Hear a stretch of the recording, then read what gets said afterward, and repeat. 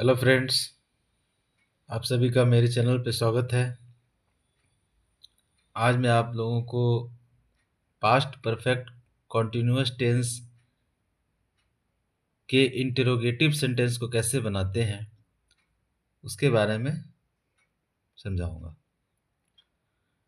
तो सबसे पहले आप लोगों को एक संक्षिप्त परिचय दे देता हूं कि पास्ट परफेक्ट कॉन्टिन्यूअस टेंस किसे कहते हैं। ये पास्ट परफेक्ट कॉन्टिन्यूअस टेंस का मतलब होता है वैसा कोई काम जो पास्ट में स्टार्ट हुआ, यानी भूतकाल में कोई काम स्टार्ट हुआ और कुछ समय तक वह काम चलता रहा और उसके बाद वह काम खत्म हो गया।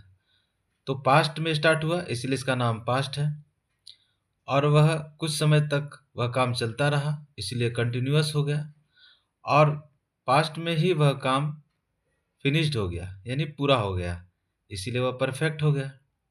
तो जो काम पास्ट में शुरू होकर पास्ट में ही खत्म हो गया तो उसे कहेंगे पास्ट परफेक्ट कंटिन्यूअस टेंस, यानी कि उसका लेंथ, काम जो चलता रहा यानी कंटिन्यूअसली कुछ समय तक वह पास्ट में चलता रहा था।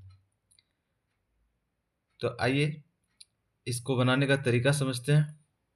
तो प्रश्नवाचक वाक्य बनाने का नियम है, अगर आप हेल्पिंग वर्ब से बना रहे हैं तो हेल्पिंग वर्ब, इसका हेल्पिंग वर्ब है हैड, जैसा कि आप देख सकते हैं लिखा हुआ हैड।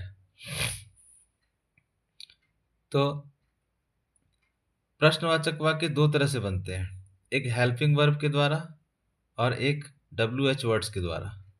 और WH वर्ड्स क्या होते हैं, देखिए यहाँ लिखा हुआ है। वाट मीन्स क्या, वाई मीन्स क्यों, वेयर मीन्स कहाँ, हाउ मीन्स कैसे, और सिंस व्हेन मीन्स कब से। तो ये सारे वर्ड्स WH वर्ड्स हैं। इनसे भी इंटरोगेटिव सेंटेंस यानी प्रश्नवाचक वाक्य बनते हैं, और एक हेल्पिंग वर्ब के द्वारा बनते हैं। तो इसका helping verb past perfect continuous tense का हेल्पिंग वर्ब हैड, तो हैड से भी बनते हैं। तो इसका रूल है हैड, इसका सबसे पहले आप इसका रूल समझ लीजिए। हैड, सबसे पहले हैड, उसके बाद सब्जेक्ट। अगर वाक्य में नॉट है तो नॉट, अगर यानी कि वाक्य में, हिंदी वाक्य में नहीं लिखा हुआ है तो उसका नॉट लिखेंगे। अगर नहीं लिखा हुआ है तो नॉट का यूज नहीं करेंगे। तो सबसे पहले हैड, फिर सब्जेक्ट, फिर नॉट, फिर बीन, फिर वर्ब का आईएनजी फॉर्म, फिर ऑब्जेक्ट, फिर सिंस या फोर, और फिर टाइम, और लास्ट में question mark. Okay friends, I hope कि आप लोग बढ़िया से समझ रहे होंगे।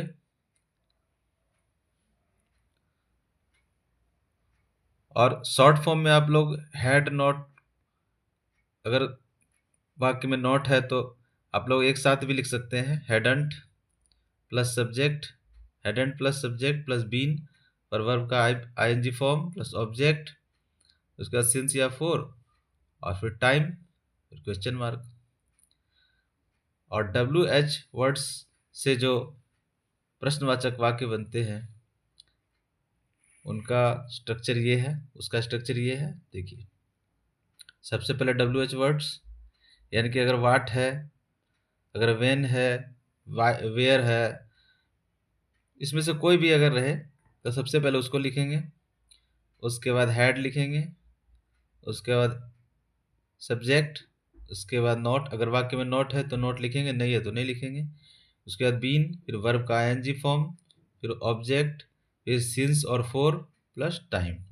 और सिंस और फोर के बारे में मैंने आप लोगों को पिछली वीडियो में भी बता दिया है कि निश्चित समय के लिए सिंस और अनिश्चित समय के लिए फोर, यानी कि सुबह से, कल रात से, या फिर 1980 से, जब साल का नाम दिया रहे, महीनों के नाम दिए रहे, जनवरी फरवरी, टाइम दिया रहे 9 बजे से 10 बजे से 12 बजे से, या फिर दिनों के नाम हो संडे मंडे, या फिर बचपन से, सुबह से, इन सारे शब्दों के साथ सिंस का प्रयोग किया जाता है।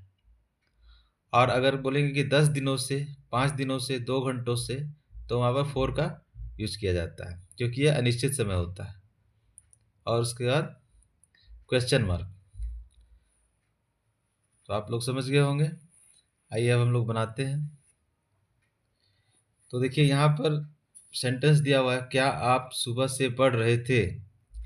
क्या आप सुबह से पढ़ रहे थे? तो एक चीज़ हमेशा ध्यान दीजिएगा फ्रेंड्स। अच्छा, इससे पहले बताने से पहले मैं एक बात आप लोगों से कहना चाहता हूँ कि वीडियो को पूरा एंड तक देखिएगा, बीच में स्किप मत कीजिएगा। अगर स्किप कीजिएगा तो आप लोग बहुत कुछ नहीं जान पाएंगे, वंचित रह जाएंगे। इसलिए आप लोग को अच्छे से समझाने के लिए मैंने ये वीडियो बनाया है।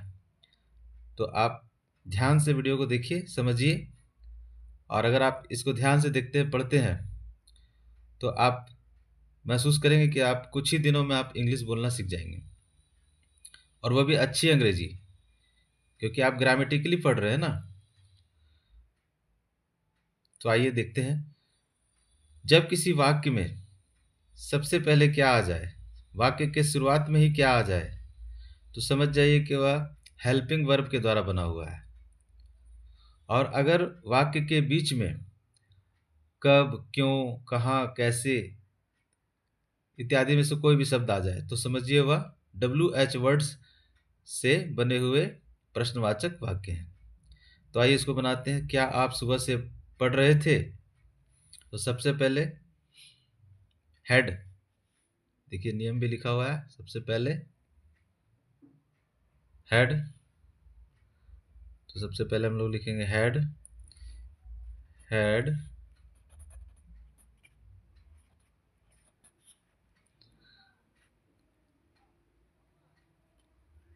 उसके बाद सब्जेक्ट, देखिए यहाँ लिखा हुआ होगा हेड प्लस सब्जेक्ट, तो आपके लिए यू या तुम, हैड यू। उसके बाद बीन, हैड यू बीन। उसके बाद वर्ब का आईएनजी फॉर्म, तो पढ़ना का रीड होता है तो रीडिंग हो जाएगा, हैड यू बीन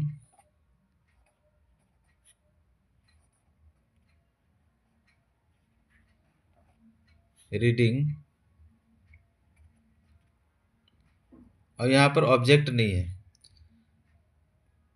क्या पढ़ रहे थे उसके बारे में कुछ जिक्र नहीं है यहाँ पर, तो यहाँ पे ऑब्जेक्ट नहीं है, वर्ब का आईएनजी फॉर्म दे दिए, रीडिंग। उसके बाद आपको सिंस लिखना है, क्योंकि निश्चित समय सुबह, मॉर्निंग, तो सिंस मॉर्निंग हो जाएगा।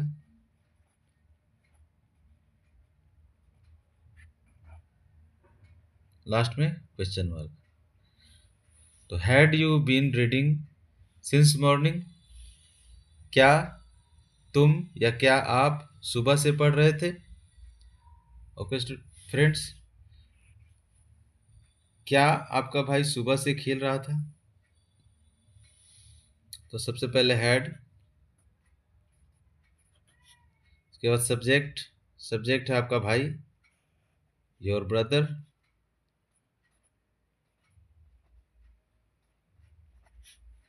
Had your brother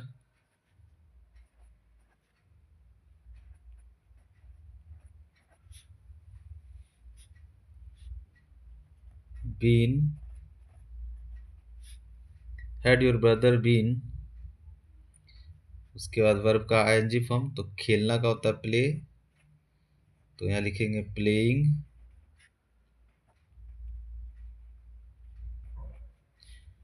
had your brother been playing since morning, यहाँ भी सिंस ही लगेगा क्योंकि सुबह लिखा हुआ है, तो सुबह के लिए सिंस का यूज करते हैं। Had your brother been playing since morning, last में क्वेश्चन मार्क। ओके फ्रेंड्स, क्या मैं 2010 ईस्वी से अंग्रेजी पढ़ रहा था? इसको बनाएंगे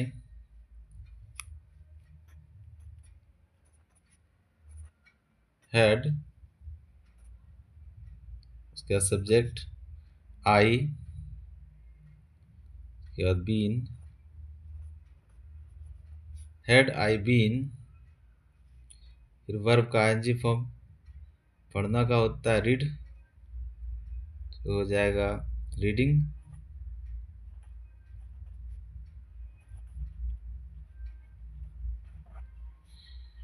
हैड आई बीन रीडिंग, अब यहाँ पर ऑब्जेक्ट है इंग्लिश यानी अंग्रेजी।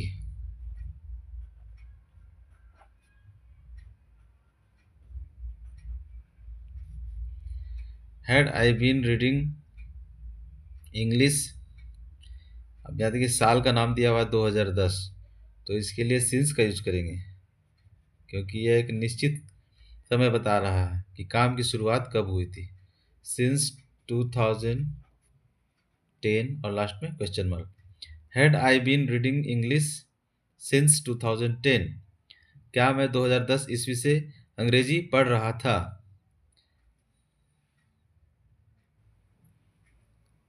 आइए अब WH वर्ड्स से बने प्रश्नवाचक वाक्यों को देखते हैं। फ्रेंड्स, इससे पहले हम लोगों ने जो बनाया सेंटेंस को, वे सारे सेंटेंस हेल्पिंग वर्ब के द्वारा बने थे, यानी कि हैड के द्वारा, और पास्ट परफेक्ट कॉन्टिन्यूअस टेंस का हेल्पिंग वर्ब हैड है। ओके फ्रेंड्स, तो आइए देखिए इसके रूल को भी देख लेते हैं। एक बार मैंने तो आप लोगों को बता दिया था, फिर बता देता हूँ।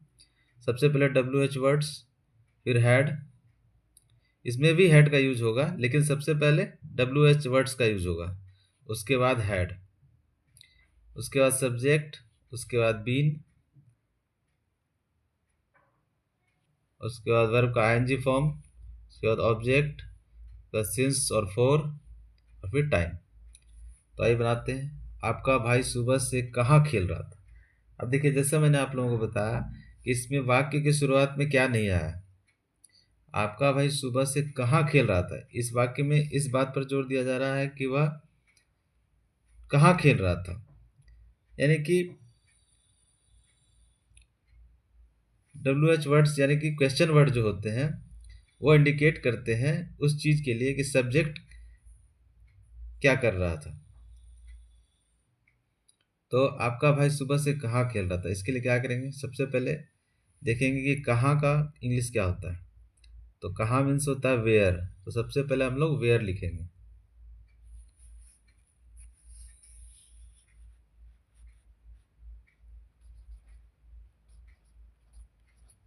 वेयर, उसके बाद हैड, वेयर हैड, उसके बाद देखिए यहाँ लिखा सबसे पहले WH वर्ड, फिर हैड, उसके बाद सब्जेक्ट। तो सब्जेक्ट कौन है, आपका भाई। वेयर हैड योर ब्रदर,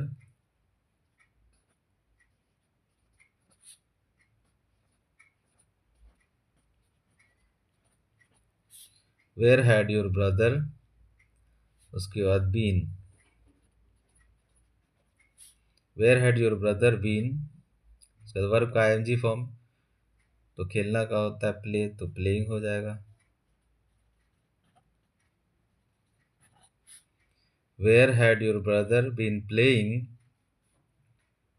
अब लिखा हुआ सुबह से, तो हो जाएगा since morning,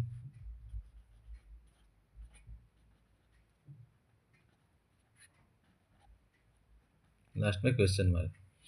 where had your brother been playing since morning, तुम सुबह से क्यों दौड़ रहे थे, तुम सुबह से क्यों दौड़ रहे थे। तो सबसे पहले क्यों, क्यों के लिए होता है वाई,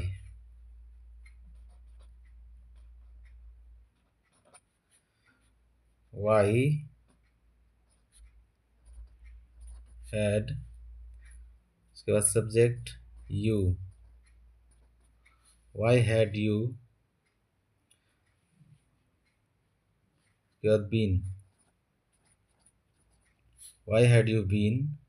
अब वर्ब का ING फॉर्म, तो यहाँ पर कौन सा काम हो रहा, दौड़ने का काम हो रहा था, तो दौड़ने के लिए रन होता है तो रनिंग हो जाएगा, RUNNING,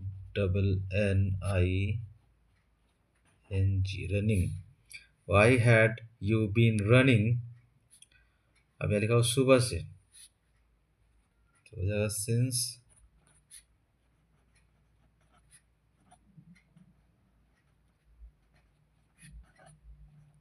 morning, why had you been running since morning. तुम सुबह से क्यों दौड़ रहे थे? आप सुबह से क्या कर रहे थे? कोई पूछता है ना कि आप सुबह से क्या कर रहे थे। मम्मी पूछती है, बेटा आप सुबह से क्या कर रहे थे? तो सबसे पहले क्या, क्या के लिए क्या होगा? वाट। वाट हैड। अब सब्जेक्ट, तो यहाँ सब्जेक्ट है आपके लिए यू। Watt had you. अब यहाँ पर क्रिया कौन सा है? करने की बात हो रही है, तो करना का होता है डू, तो यहाँ हो जाएगा डूइंग, लेकिन उससे पहले बीन लगाना होगा, सब्जेक्ट के बाद been. What had you been doing since morning.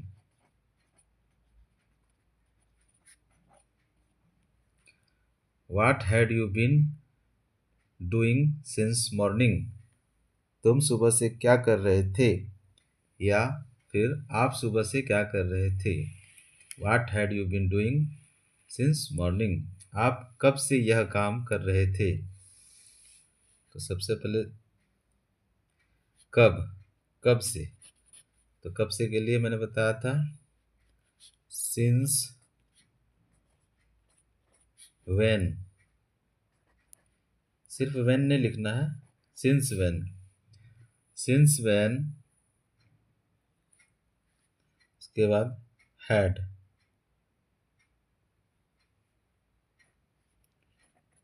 Since when had, subject है आप, तो हो जाएगा you. Since when had you. अब वर्ब का आईएनजी फॉर्म, तो यहाँ पे क्या चीज़ हो रहा है? करने की बात हो रही है, तो डू से बन जाएगा doing. Since when had you, और बी भी लगाना था ना, डूइंग से पहले बी भी लगाना है, been. Since when had you been doing this work,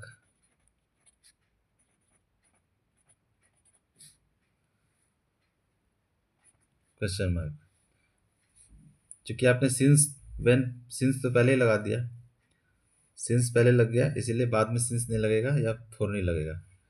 तो शुरू में ही यहाँ इस वाक्य में सिंस लग गया, क्योंकि यहाँ कब से, कब से के लिए सिंस व्हेन का यूज किया जाता है। तो आप कब से यह काम कर रहे थे। Since when had you been doing this work. वह 10 दिनों से कहाँ रह रही थी। तो यह लड़की है, सब्जेक्ट यानी कि कर्ता, तो सी। सबसे पहले देखेंगे कहाँ के लिए। कहाँ मीन्स वेयर, वेयर। उसके बाद हैड, वेयर हैड। उसके बाद देंगे subject she, where had she been. और चूंकि रहना का होता है लिव, तो यहाँ लिविंग हो जाएगा, living. Where had she been living.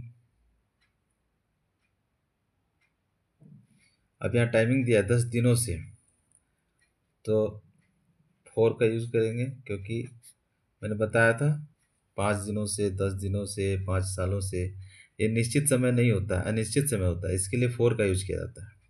तो फोर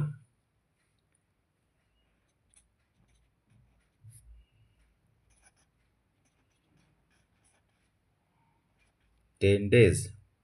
वह 10 दिनों से कहाँ रह रही थी। Where had she been living for 10 days। Okay friends, उम्मीद है आप लोगों को समझ में आ गया होगा। तो अगर आप लोगों को मेरी वीडियो अच्छी लगती है तो वीडियो को लाइक कीजिए और चैनल को सब्सक्राइब कीजिए। Thank you.